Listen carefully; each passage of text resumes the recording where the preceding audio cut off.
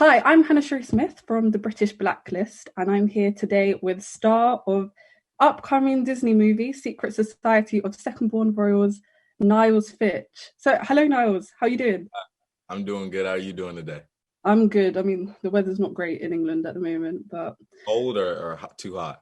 rainy as always. Oh, rainy. Okay. Okay.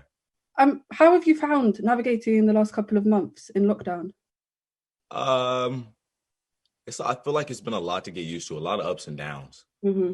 Um, but I feel like I'm starting to get back to work, you know what I'm saying, which I felt like I really missed during that time, so that's what I'm really glad for. But, quarantine for me was, I felt like everybody didn't do anything for like 2, 3 weeks. You know what I'm saying? And I think then it hit us, okay, we got to learn to be productive. And, that's what I had to learn. Like, okay, I don't really have anything to do, but I'm having to make myself get up, make myself be active, make Hmm. myself, run, eat, still go to bed on time, stuff like that.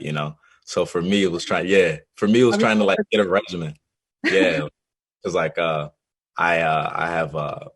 knew I had my sophomore year of college this year, and I knew my time management skills were not where they needed to be at. So for me, quarantine was trying to get my time management skills on point. So when everything came back, I'd be able to hit the ground running. yeah, sure. Wow. I mean, okay, let's get into talking about the secret society then. So, Prince Tuma, who is he? What are his goals? Mhm. Man, Prince Tuma is a cool guy. He reminds me of like Fresh Prince from like Bel Air. Like his character is like, I feel like that's a very good comparison. Uh, his goals are, I feel like, for people to really see who he really is, because I feel like a lot of people judge him. They judge a book by its cover, but he is a very layered character, and I think that's really what he's trying to figure out. You know how he fits not only in the group but how he fits in everyday life. You know, Mhm. uh, with his power being very powerful. He's really having to learn how to use it, what's right, what's wrong, uh how to treat others. And I feel like that's really his goal, to end this movie being a better person. You know, do I do it? I don't know. I guess we'll have to see. Yeah, we'll have to. I mean, is that anything that you can relate to as well? That kind of journey to being a better person. Oh heck yeah! Especially I feel like the older I get, I feel like that's my main goal, because I don't think there's any point in this whole business. I feel like if we aren't still connected to who we are, and trying to be a better person, because I Mhm. feel like with we're an as an actor, I'm playing a bunch of different characters, a bunch of different roles, and I feel like if I'm not a good person or true to myself, how can I play somebody else? You know. Yeah, no, fair.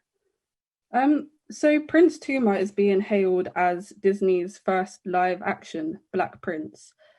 When you were growing up, were you wishing to see a Disney prince that looked like you? You want to know what's so crazy? No, because it wasn't normal. Like Yeah. you just didn't see it. So I wasn't even thinking, dang, why isn't there a black prince? I remember even just being ecstatic that there was a black princess. And to me, we got a black princess. Okay, I'm good. But I didn't even realize how I was not being represented. And I didn't think I realized that till seeing like, a Black Panther, you know what I'm saying?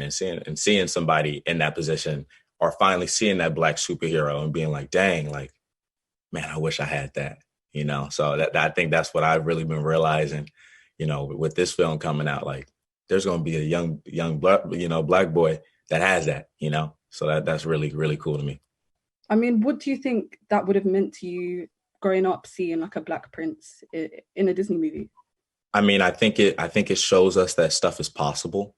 I feel like when we see somebody that looks like us, I feel like we, not that we have to learn to love ourselves, but I feel like we have more love for ourselves because we feel loved by everybody. because we see ourselves on TV. You know, when you don't see that, you see a lack thereof, which I feel like subconsciously is a am I good enough? You Mm-hmm. know, so you know, I think it would have really, I think, pushed me more as an actor because I think I would have seen it more and thought it was possible. I feel like, you know, with seeing Chadwick and stuff like that, you know, I think I finally then was able to see it, but that was at like 16, you know. I wish I was able to see that at, you know, 11, 12, stuff like that. Yeah, but I mean, people will be seeing it with you now, so I know thanks. that's cool. That's cool. Yeah. I mean, talking about this idea of having Black role models, is that something that you consciously think about in the roles you accept or the roles that you want to play in the future? You know, I luckily I've been blessed to where the roles that I have been offered, you Mm-hmm. know, they've like I'm in this show called This Is Us, and you know he's not a stereotype. He's actually the opposite of a stereotype.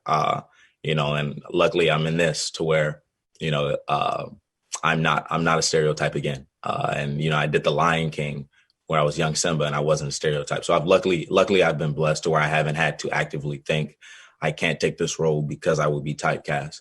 But I Mm-hmm. was literally on the phone with a friend of the business last night, and he was telling me about how that was something he chose not to do.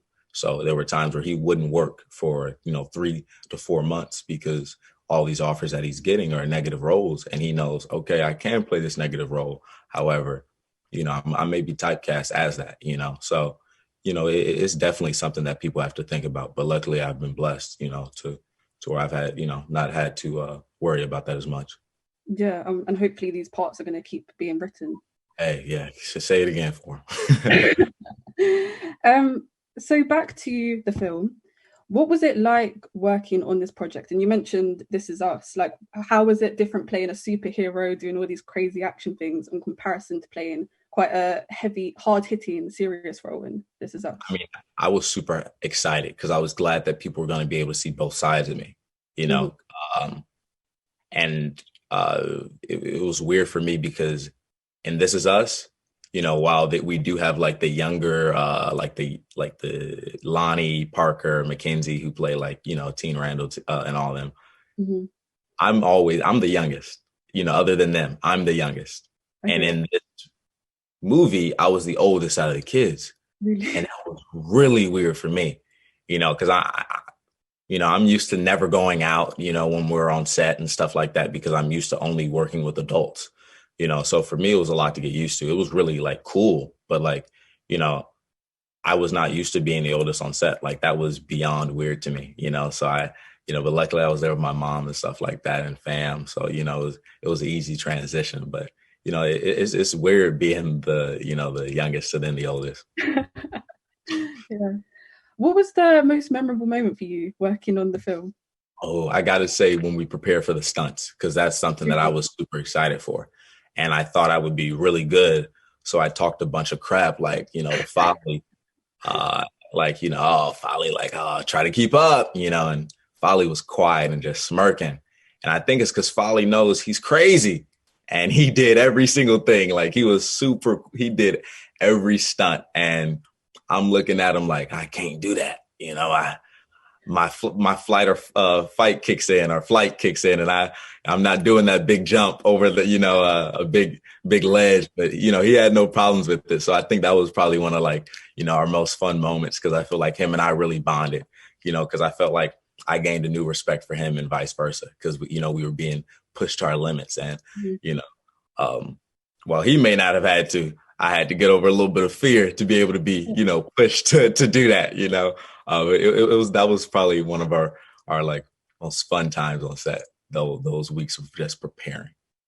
Do you do all the stunts in the film yourself?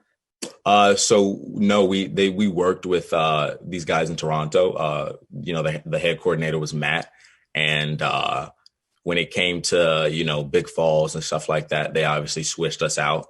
Uh, but you know, we did as much as we could, or we tried to make them allow us to do as much as we could, you know.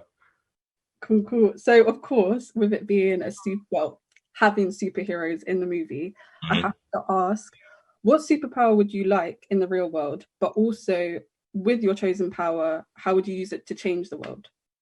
Okay, so I've been saying that I would go with Tuma's power because I think that's the most overpowered power. Like I think it's the That mind control. mind control, you know. Uh but is that too much of a homer answer? Or are you cool with that? Because if you're cool with it, I'm for sure going Tuma's power of mind control. Yeah, I mean, if you think it's a Okay, good you're cool. power. Okay.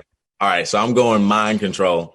And then I'm gonna just free universal health care, you know, we're ending hunger, you know, like everybody's gonna be straight. College is free, you know what I'm saying? Amazing. Then under the table, I'm gonna make sure that I'm good. I'm gonna say all A's, all A's. I don't want to do any more essays to my. But I didn't say that. I didn't say that. And then we're gonna save a bunch of people, but we got to make sure the essay stuff is good. But then we're gonna save a bunch of people after. So then it's like PEMDAS, like please my dear Aunt Sally. It cancels out. It's not bad. It's not bad anymore. I wasn't aware mind control could be so useful. It basically just covers everything. Exactly. That's what I'm saying. Okay, just to finish, I've got some quick fire questions for you. So firstly, tell me a book you have to have in your collection no matter where you are. Alchemist. Alchemist is one of the best books ever. Really helped me grow when I was younger, and I still read it to this day. A song or album that your friends associate with you. The new Tame Impala album. Cool. Yeah, I'm one of my friend group that listens to them. Something on screen that reminds you why you're in the business. My mom, dad, and sister. The first stage production you saw and what it's meant to you. The Lion King. I saw it. I didn't think I could do it. My mom said, yes, you can. And then you were in it. Year and a half later, I was doing it. Amazing. Yeah. And finally, what's made you sad, mad, and glad this week? What's made me mad? I lost in Fall Guys, which is a new video game that all my friends are playing. What made me sad? Nothing. It's been a very happy week. It's been a very happy week this week. Fair enough. Yeah. Yeah. And then what was the other one? Glad? Glad, yeah. I get to do press today. That's lit. Well, yeah. Thank you. Awesome. Thank you, Anna. Just to finish, where can we catch Secret Society of Second-Born Royals? You can catch Secret Society of Second-Born Royals only on Disney Plus, coming out September 25th.